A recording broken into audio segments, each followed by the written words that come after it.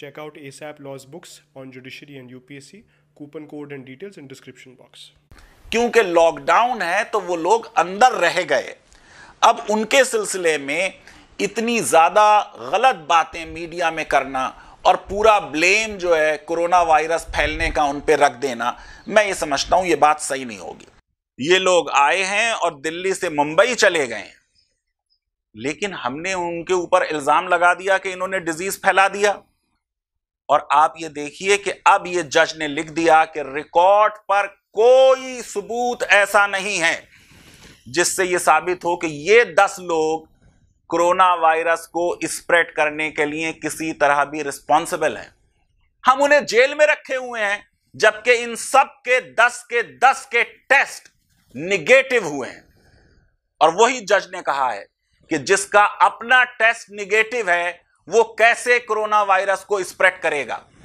ये इस तरह की मीडिया की वजह से पुलिस भी बेचारी जो है वो प्रोएक्टिवली इन्फ्लुएंस होकर चीजों को परसू करती है। इससे देश के क्रिमिनल जस्टिस सिस्टम की ग्लोबल बेइज्जती होती है।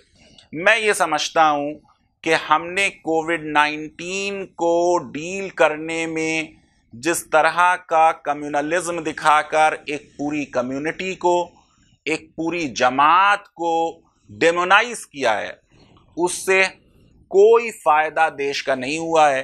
Hello, welcome to legal awareness web series. Corona virus जब शुरू हुआ तो हमने उसमें एक स्केपगोट ढूंढी और सारा ब्लेम तबलीगी जमात और मरकज पे लगा दिया। मैंने लीगल अवेयरनेस वेब सीरीज में कई वीडियो बनाए और आपको बताया कि ये कम्युनल प्रोपेगेंडा है। ये बिल्कुल गलत बात है कि इन लोगों को ऊपर इस तरह का इल्ज़ाम, यानी culpable homicide not amounting to murder तक के चार्जेस, अटेम्प्ट टू मर्डर के चार्जेस, और उसके बाद ये सारे केसेस जब कोर्ट्स में जा रहे हैं तो एक के बाद एक केस कोलैप्स कर रहे हैं, उनको बेल दी जा रही है और हाई कोर्ट्स और जुडिशियल ऑफिसर्स, सेशन जज, एडिशनल सेशन जज एविडेंस को देख के कह रहे हैं कि ये सारा एक प्रोपेगेंडा था। लीगल अवेयरनेस वेब सीरीज में आपने अभी देखा, जो हमने अपनी पुरानी क्लिप्स दिखाई, कि जो कुछ भी मैंने कहा था वो सब का सब कल बॉम्बे हाई कोर्ट की 2 जज बेंच ने कह दिया है। उसमें औरंगाबाद की ये बेंच है बॉम्बे हाई कोर्ट की। और देखिए, लॉ जो है वो गेम ऑफ वर्ड्स है। मैं भी गलत हो सकता हूं क्योंकि हम सब इंटरप्रेट करते हैं। तो ये खुशी होती है जान के कि जो आपको लीगल अवेयरनेस वेब सीरीज में इंफॉर्मेशन दी जा रही है वो सही इंफॉर्मेशन है, क्योंकि कितने केसेस और जजमेंट्स इस तरह के हो चुके हैं कि जिन लाइंस पे आपसे हमने बात की वही बाद में जजमेंट में आ गई। अब मुझे ये लगता है कि इस जजमेंट के बाद झूठ सामने आ गया, सत्यमेव जयते हो गया, पर्दा उठ गया, रास फाश हो गया। और जिस तरीके से हमने एक कम्युनिटी को और फिर एक जमात को ब्लेम किया, वो सब का सब जो है वो झूठ साबित हुआ। और अगर आप इस जजमेंट की बात माने तो उन सारे लोगों ने, चाहे वो मिनिस्टर्स रहे हों या टीवी एंकर्स रहे हों या अखबारों में जिन्होंने एडिटोरियल लिखे हों, उन्हें रिपेंट करना चाहिए। ये हाई कोर्ट ने कहा है कि उनको रिपेंट करना चाहिए। कई यूट्यूब चैनल्स पे कल के जजमेंट पे आप कुछ ना कुछ देख चुके हैं, लेकिन क्योंकि ये लीगल अवेयरनेस वेब सीरीज है तो हम जरा इस जजमेंट को एक लॉ के स्टूडेंट की हैसियत से देखेंगे। तो देखिए, इस केस में 3 FIR हैं। एक FIR जो पहली वाली है उसमें 1 से 10 तक जो लोग हैं, जो पेटिशनर थे इस केस में, वो विदेशी थे, और 11 से 14 नंबर पे जो लोग थे वो इंडियन थे। और ये FIR की है कांस्टेबल ने 25 मार्च को, और ये कह रहे हैं कि हम 25 मार्च को जब पेट्रोलिंग पे निकले तो हम काजी मस्जिद में गए और वहाँ हमने देखा कि ये कुछ लोग नमाज पढ़ रहे थे और वहाँ पे ये रिलीजियस कुछ राइट्स कर रहे थे, और उसकी वजह से ये FIR जो है वो हुई इवेंचुअली 5 अप्रैल 2020 को। दूसरी जो FIR है उसमें 1 to 9 फॉरेनर्स हैं, 10-11 पर इंडियन हैं। यहां पे भी ये बात कही गई कि ये कांस्टेबल 30 मार्च को पेट्रोलिंग पे निकले और ये महराज मस्जिद अहमदनगर पहुंचे और वहां पे इन्होंने देखा कि मस्जिद के जो ट्रस्टीज हैं उन्होंने कुछ तबलीगियों को पनाह दे रखी है, और उसके बाद 4 अप्रैल को ये FIR हुई। तीसरी जो FIR है ये इसमें सब के सब फॉरेन नेशनल्स हैं, विदेशी हैं। ये बाल्डर मस्जिद नेसवा सिटी की है। इसमें 4 फॉरेनर्स और 2 ट्रस्टीज के खिलाफ FIR 5 अप्रैल को हुई, और सिमिलर चार्जेस हैं सब में कि ये टूरिस्ट वीजा पे आए, और जो टूरिस्ट वीजा पे आया वो रिलीजियस एक्टिविटी में तबलीगी जमात में क्यों शामिल हुआ, और उसने अपनी वीजा कंडीशन और लॉकडाउन कंडीशंस का वायलेशन किया। जो मैंने तबलीगी जमात पे वीडियोस बनाए थे उस पे मेरे बहुत से व्यूअर्स ने ये लिखा था कि साहब वो उन्होंने लॉकडाउन कंडीशन का वायलेशन किया, वो टूरिस्ट वीजा पे आए थे, वो रिलीजियस एक्टिविटी पे क्यों गए। जो कुछ मैंने कहा था वो देखिए अब जजमेंट में आ गया है, और इस चीज को कोर्ट ने बहुत डिटेल में एग्जामिन किया है। सबसे पहले कोर्ट ने यह कहा कि भाई जो लॉ इसमें इन्वॉल्व है वो section 14 clause B of foreigners act है, और इस सेक्शन में यह कहा गया कि अगर कोई भी आदमी जिसको वीजा मिला है वो कोई ऐसा काम करता है जो वीजा की कंडीशन का वायलेशन है तो फिर उसको सजा दी जाएगी। अब यहां हाई कोर्ट ने जो अहम बात नोट की, जो और यूट्यूब चैनल में आपको नहीं मिलेगी, वो मैं आपको बता रहा हूं कि हाई कोर्ट ने कहा कि वीजा कंडीशन ना तो फॉरेनर्स एक्ट का हिस्सा है और ना जो रूल्स फ्रेम हुए हैं फॉरेनर्स एक्ट के तहत वो उसका हिस्सा है। ये वीजा कंडीशन क्या है, इनकी क्या लीगल सेंटिटी है, लीगल स्टेटस क्या है। हाई कोर्ट ने कहा ये गाइडलाइंस हैं और एट मोस्ट एग्जीक्यूटिव इंस्ट्रक्शंस हैं। और फिर इन गाइडलाइंस का जिक्र करते हुए हाई कोर्ट ने कहा कि क्लॉज 15 गाइडलाइंस का यह कहता है कि कोई भी आदमी जो वीजा पे आ रहा है वो तबलीग एक्टिविटी में शामिल नहीं होगा। हाई कोर्ट ने कहा कि मगर इसका मतलब यह नहीं है कि कोई रिलीजियस प्लेस को विजिट करे या नॉर्मल रिलीजियस एक्टिविटीज में शामिल हो या रिलीजियस डिस्कोर्स को सुने, ये सब के सब प्रोहिबिटेड नहीं है। और मैं अभी आपको डिटेल्स बताऊंगा, सरकार के अपने सर्कुलर्स में वो बात निकल के आएगी। फिर यहां पर हाई कोर्ट ने वो सर्कुलर्स जिनकी हमें भी इंफॉर्मेशन नहीं है, क्यों नहीं है, क्योंकि ये सारे कॉन्फिडेंशियल हैं, और जो चीज कॉन्फिडेंशियल है जाहिर है कि पब्लिक को बात नहीं पता होगी। इन सर्कुलर्स में जो मिनिस्ट्री ऑफ होम अफेयर्स है वो स्टेट गवर्नमेंट्स को लिख रही है, और पहला सर्कुलर है 4 अप्रैल 1996 का, जिसमें यह बात कही गई कि ये फॉरेनर्स टूरिस्ट वीजा पे आ रहे हैं और ये तबलीग वर्क करते हैं या रिलीजियस एक्टिविटी करते हैं, और अगर ये ऐसा करें तो इनको डिपोर्ट किया जाए। आपको मालूम है यहां अभी हाई कोर्ट कहने वाली है कि हमने उन्हें डिपोर्ट करने के बजाय उन्हें जेलों में डाल दिया। और फिर जो दूसरा सर्कुलर है वो MHA का है 20 नवंबर 1996 का, जिसमें क्लैरिफिकेशन दिया गया कि तबलीग एक्टिविटी क्या रिलीजियस एक्टिविटी है। और मैं अब ये लाइन पढ़े दे रहा हूं सर्कुलर से। It is clarified that attending Tablighi Jamaat Ijtema bracket में congregation does not amount to Tabligh work prohibited under instructions. यानी MHA ने खुद 1996 में, आज से 14 साल पहले, और अपनी इंस्ट्रक्शंस इशू होने के चंद महीने बाद यह कह दिया कि तबलीग जो जमात का इज्तिमा अटेंड करना यह प्रोहिबिटेड नहीं है। और कहा उन्होंने कि तबलीग वर्क जो प्रोहिबिटेड है वो क्या है, preaching places to places, speaking from Tablighi platform, ये है जो प्रोहिबिटेड है। फिर यहां पर और सर्कुलर का अब जिक्र हो रहा है, वो तो 96 के थे। अब 2015 मोदी सरकार आ चुकी है।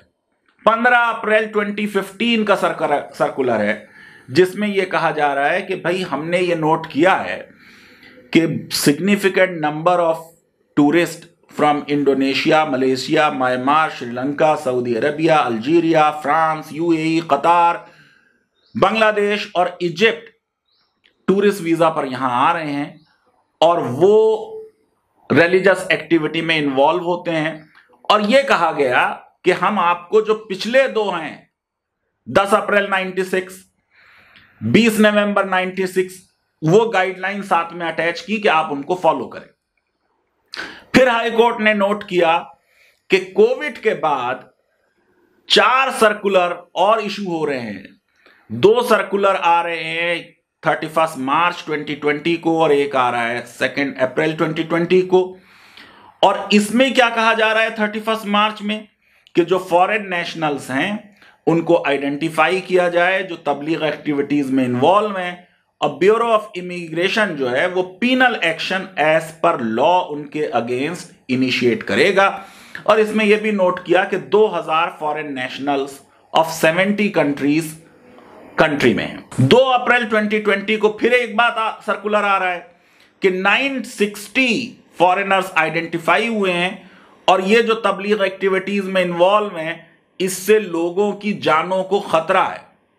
फिर हाई कोर्ट ने वीजा मैनुअल कोट किया और वीजा मैनुअल का पैरा 1.25 और 19.8।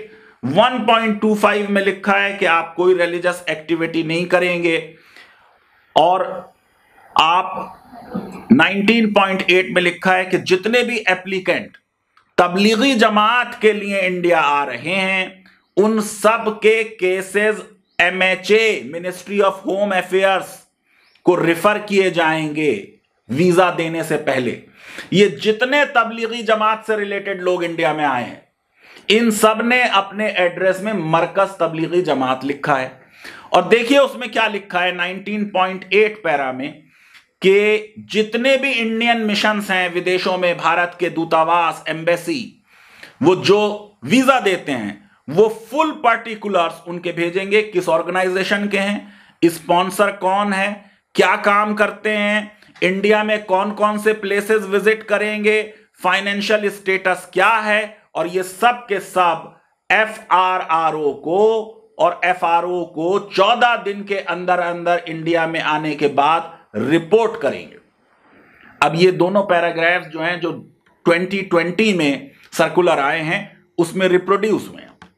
फिर 3 अप्रैल 2020 को एक और सर्कुलर आ रहा है, उसमें कहा गया है कि 315 और फॉरेनर्स मिले हैं हमें जो तबलीगी जमात से जुड़े हैं और टोटल नंबर जो है वो अब उनका 1275 हो गया है और इनको ब्लैक लिस्ट कर दिया जा रहा है। अभी तक कहीं लॉ में आया नहीं है ब्लैक लिस्टिंग। क्या है लॉ कि अगर कोई रिलीजियस एक्टिविटी करे तो उसको डिपोर्ट किया जाए। 6 अप्रैल 2020 को फिर MHA का एक आता है सर्कुलर। स्टेट से कहा जा रहा है कि जिन्होंने तबलीगी जमात एक्टिविटीज में पार्टिसिपेट किया उनके खिलाफ लीगल एक्शन लिया जाए। अब आइए जजमेंट, पैराग्राफ 17 है जजमेंट का, पेज 28 है। हाई कोर्ट ने कह दिया कि ये सर्कुलर जो हैं इनसे कहीं पे ये नहीं पता चलता कि रिलीजियस प्लेसेस में जाना, रिलीजियस एक्टिविटीज को अटेंड करना रेस्ट्रिक्ट किया गया है। हाई कोर्ट ने नोट कर लिया कि इन लोगों को 365 डेज का वीजा मिला है, ये डिफेंस सर्विसेज में नहीं जाएंगे, एक बार स्टे में 90 डेज रहेंगे, मल्टीपल एंट्री है और पूरा चार्ट हाई कोर्ट ने देख लिया जो उन्हें सरकार ने दिया कि ये लोग कब आए, कब क्वारंटाइन में डाले गए, कब अरेस्ट किए गए और क्या निकला इस चार्ट से।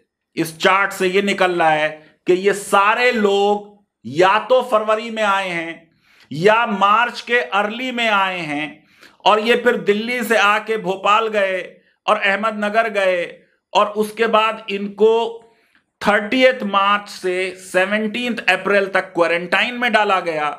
इनमें से ज्यादातर ने निगेटिव टेस्ट किया और फिर भी उनको 17 अप्रैल को अरेस्ट किया जा रहा है। एक आदमी को हमने क्वारंटाइन में डाला है और फिर हम उसको अरेस्ट कर रहे हैं जबकि वो निगेटिव है। ये मैं आपको पहले भी बता चुका हूं कि और भी केसेस में जो तबलीगी जमात के लोग थे उन्होंने निगेटिव टेस्ट किया था और यही जजेस ने कहा था कि जिसने निगेटिव टेस्ट कर दिया वो स्प्रेड कैसे कर सकता है। लेकिन हम एक झूठ की दुनिया में रह रहे हैं और ये झूठ की दुनिया हमारे मीडिया ने, हमारे व्हाट्सएप ने, हमारे सोशल मीडिया ने बनाई है और हम सब उसमें कैरीड अवे हो गए हैं। फिर हाई कोर्ट ने नोट किया पेज 32 पे पैरा 22 में कि भाई ये एक मौलाना इलियास थे, 1927 में उन्होंने तबलीगी जमात जो है वो शुरू की। साल भर लोग मरकज दिल्ली में आते रहते हैं, ये कोई कंटिन्यूअस प्रोसेस है। यहां जो ये लोग आए हैं फॉरेन नेशनल्स, ये कोई इवेंट नहीं था, कोई कांग्रीगेशन नहीं था, कोई फंक्शन नहीं था। जजेस ने लिख दिया कि पहले हम भी ये समझे थे कि शायद कोई इवेंट है जिसके लिए आए हैं, लेकिन ये तो एक कंटिन्यूअस प्रोसेस है। लोग आते हैं, वहां से चले जाते हैं। उन्होंने नोट किया कि वहां पर रहने का इंतजाम है, और उन्होंने नोट किया कि ये जो एलिगेशन लगाया गया, जो ये कांस्टेबल्स ड्यूटी पे गए और उन्होंने मस्जिद में इन लोगों को अरेस्ट किया कि ये कुरान पढ़ रहे थे। एक तो कुरान पढ़ना प्रोहिबिटेड नहीं है, और ये इनमें से कुछ लेक्चर दे रहे थे। हाई कोर्ट ने नोट कर लिया कि these allegations are very vague and these allegations के बेसिस पे कोई इन्फ्रेंस ड्रॉ नहीं किया जा सकता कि ये लोग इस्लाम फैला रहे थे या धर्म परिवर्तन या कन्वर्जन करा रहे थे। यानी इनमें से कोई कन्वर्जन नहीं करा रहा था। मैं आपको पहले भी बता चुका हूं यही बात कि तबलीगी जमात कन्वर्जन नहीं कराती है। और वो बात जो मैंने आपको पिछले वीडियोस में बताई है तबलीगी जमात से रिलेटेड, आप वो वीडियो देख लें कि article 21 right to life, article 14 right to equality और आर्टिकल 25 फ्रीडम ऑफ रिलीजन, ये फॉरेनर्स को भी इंडिया में वैसे ही अवेलेबल है जैसे भारतीय नागरिकों को अवेलेबल है। फिर हाई कोर्ट ने यह भी नोट किया कि ये जितने विटनेसेस हैं, इनका line by line, word by word, para by para एक ही बात बोल रहे हैं। ये सारे के सारे स्टीरियोटाइप विटनेसेस हैं, यानी जो सरकार ने विटनेसेस इस केस में पेश किए वो सब के सब बनाए हुए विटनेसेस थे, और उनमें से ज्यादातर जो है कोर्ट ने नोट किया हियर से बात कह रहे हैं, यानी ये बात भी सरकार की नहीं मानी। फिर यहां पे हाई कोर्ट ने कहा यह बात ठीक है कि देश में एक जगह से दूसरे जगह जाने का मौलिक अधिकार सिर्फ नागरिकों का है, लेकिन एक बार वीजा मिल गया और वीजा में लिखा है कि ये जगह जाएंगे, मैंने अभी बता दिया एमएचए के सर्कुलर के हिसाब से, तो फिर मस्जिद में जाना प्रोहिबिटेड नहीं है। पैरा 26 है, उसमें हाई कोर्ट ने बिल्कुल साफ कह दिया, मैं पढ़ रहा हूं, considering the dates on which these persons were taken in custody, it can be said that there is more possibility that they got infected in India and they were not already infected when they arrived in India। हमें यहां बताया गया था कि ये corona जिहाद है, बताया गया था कि ये कोरोना टेररिज्म है, बताया गया था कि ये लोग साजिश के तहत आए कि ताकि भारत में जो है ये फैला दिया जाए। हाई कोर्ट कह रही है कि ये इन्फेक्टेड नहीं थे जब आए थे, जब ये अपने देशों से चले कोई एविडेंस नहीं थी कि इनके देशों में कोरोना फैल गया है, और ये जानबूझ के भारत में आके फैलाने लगे हैं। हाई कोर्ट ने नोट कर लिया कि ये जितना काम किया है सेंट्रल गवर्नमेंट ने इस प्रिजम्पशन से कि ये लोग इन्फेक्टेड थे, ये सब्सटेंशिएट नहीं किया जा सकता। चार्जशीट में कोई मेंशन नहीं है, कोर्ट ने नोट किया कि इनके कंट्रीज में कोरोना फैल चुका था जब ये भारत में आए। पैरा 27 में जजमेंट में जजेस ने कहा there was big propaganda in print media and electronic media against the foreigners who had come to Markaz, Delhi, and an attempt was made to create a picture that these foreigners were responsible for the spread of COVID-19 virus in India। कितना बड़ा झूठ फैलाया था, और सरकार के representatives भी बोलते थे कि 1/3 जो हैं वो तबलीगी जमात वाले हैं। आज 30 लाख हमारे यहां इंफेक्शन हो चुके हैं पॉजिटिव, 51-52 हजार लोगों की जानें जा चुकी हैं। बताया जाना चाहिए, ट्रांसपेरेंसी ये डिमांड करती है, और राइट टू इंफॉर्मेशन ये लोग जानना चाहेंगे कि इनमें से कितने तबलीगी जमात की वजह से इंफेक्शन हुए हैं और कितने लोगों की डेथ तबलीगी जमात की वजह से हुई है। हाई कोर्ट ने पैरा 27 में बहुत सख्त टिप्पणी कर दी। A political government tries to find the scapegoat when there is a pandemic or calamity, and the circumstances show that there is probability that these foreigners were chosen to make them scapegoat। बलि का बकरा बना दिया इन तबलीगी जमात वालों को जो बाहर के विदेशी आए थे। और हाई कोर्ट ने लिखा है, ने लिख दिया पैरा 29 में कि हमारी भारत की हिंदू संस्कृति, एंशंट संस्कृति क्या है? अतिथि देवो भव। गेस्ट जो है वो गॉड है। दरअसल ये जो टीवी एंकर्स हैं, ये जो व्हाट्सएप यूनिवर्सिटी में प्रोपेगेंडा है, ये सबसे ज्यादा हमारी उस संस्कृति के विरुद्ध है जिस तरीके से हमने अपने देश में आए लोगों के साथ सलूक किया है। आप देखिए, हाई कोर्ट कह रही है कि कोविड-19 की सिचुएशन में ज्यादा टॉलरेंस चाहिए थी, ज्यादा हमें सेंसिटिव होना था। ये लोग यहां जेलों में भरे हुए हैं और वहां उनकी फैमिलीज किस कदर परेशान हो रही हैं। और फिर देखिए, उन्होंने स्वामी विवेकानंद को कोट किया, शिकागो की 1893 की पार्लियामेंट ऑफ रिलीजन्स की। फ्रेटर्निटी का जिक्र किया जो हमारी प्रीएम्बल में है और जिसकी हम बात नहीं करते। और फिर पैरा 33 में आर्टिकल 20 का जिक्र किया, एक्स पोस्ट फैक्टो लॉ। कोई भी लॉ जो है वो रिट्रोस्पेक्टिव नहीं हो सकता क्रिमिनल लॉ में।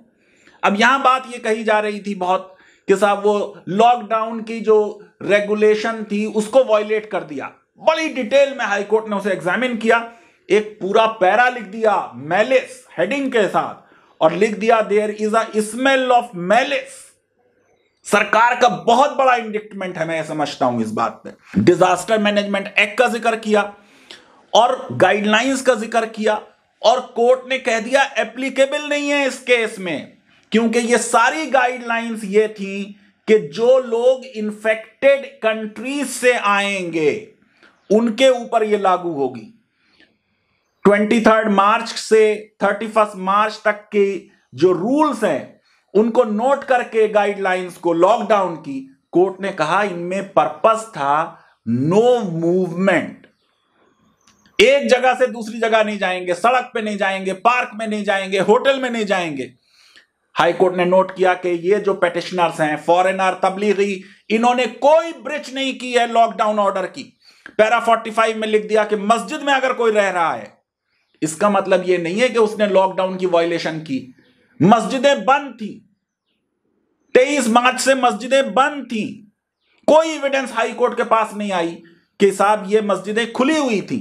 और हाई कोर्ट ने मराठी कहावत कोट की कि अगर बैगर को ढूंढना है तो मस्जिद में ढूंढो। मस्जिद में रहने की इंतजाम होता है, गुरुद्वारों में इंतजाम होता है, धर्मशालाओं में इंतजाम होता है।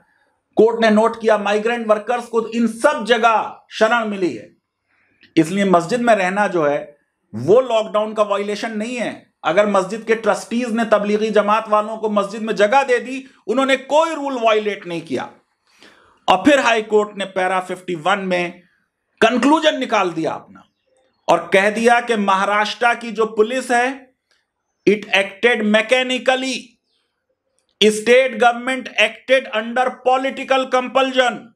तीसरा conclusion, non application of mind, दिमाग नहीं लगाया, क्योंकि दिमाग अब लगा नहीं सकते, टीवी एंकर्स लगाने नहीं देते। और फिर कह दिया कि कोई केस नहीं है चार्जशीट का, एफआईआर को क्वैश कर दिया। देखिए, मैं बार बार ये कहता रहा हूं कि सुप्रीम कोर्ट का जजमेंट था पीएन कुमार का, जिसमें सुप्रीम कोर्ट ने कहा our high courts are high courts. ऐसे समय में जब सुप्रीम कोर्ट के बारे में प्रश्न चिन्ह माइंड में आ सकते हैं।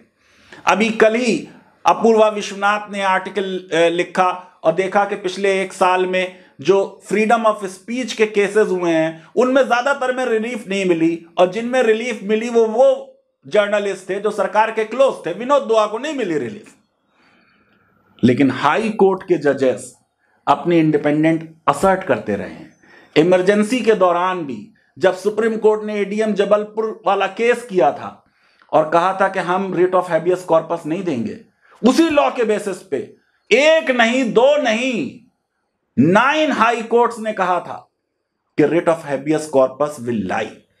हमें अपनी जुडिशरी में विश्वास रखना चाहिए, कभी अप्स एंड डाउन्स हो सकते हैं, लेकिन रूल ऑफ लॉ ये डिमांड करता है कि हम अपनी जुडिशरी में, अपने जजेस में विश्वास रखें।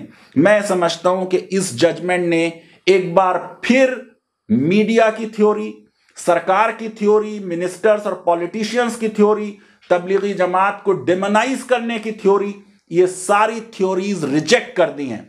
लीगल अवेयरनेस वेब सीरीज आपको पसंद आती है तो मेरी रिक्वेस्ट है कि हमारे इस वीडियो को वाइडली शेयर करें, हमारे चैनल को सब्सक्राइब करें और बेल आइकन जरूर क्लिक करें। बहुत बहुत शुक्रिया, धन्यवाद, थैंक यू वेरी मच।